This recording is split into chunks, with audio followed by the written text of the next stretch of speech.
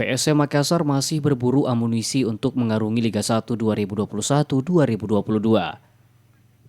Setelah berhasil mendatangkan striker Anko Jansen, manajemen PSM Makassar kini berburu pemain berposisi stopper.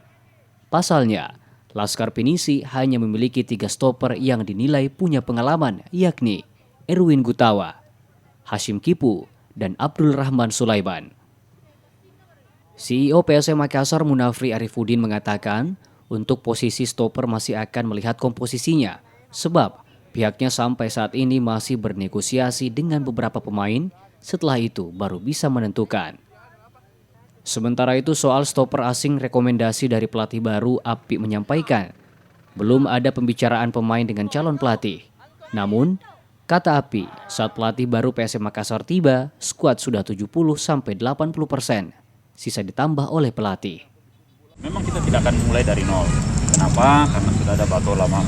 Pelatih baru yang akan datang bukan datang untuk merubah semua apa yang telah ada, gitu.